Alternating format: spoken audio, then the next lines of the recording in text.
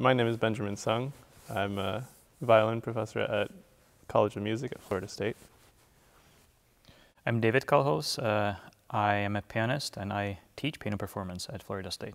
We chose the program for tonight's concert kind of in succession. We're in the middle of a series of 4 concerts in which we will play all of the works for violin and piano by Beethoven. And so tonight's concert is the second of those 4, and the 4th and 5th sonatas of the 10 that he wrote are the main works on tonight's program. And they're indeed very interesting pieces because in Beethoven's work, there are opus 23 and 24, and they were actually meant to be published together, and they form a very interesting pair because the first one, the A minor, is this very dark, very tumultuous piece, and that's being offset by the famous Spring Sonata, which is in F major, and it's a very lyrical, very kind of beautiful piece with wonderful melodies. We have 2 more concerts. One is going to be on November 7th, and the last one is going to be on December 2nd.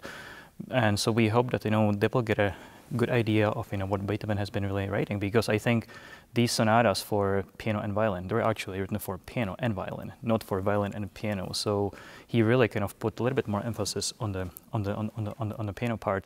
It's interesting for the violinist because he gave us these 10 pieces to be part of the world of the pianist, because there are 32 piano sonatas, and that's such a huge body of work and represents something monumental for the instrument and for Beethoven, for his own music.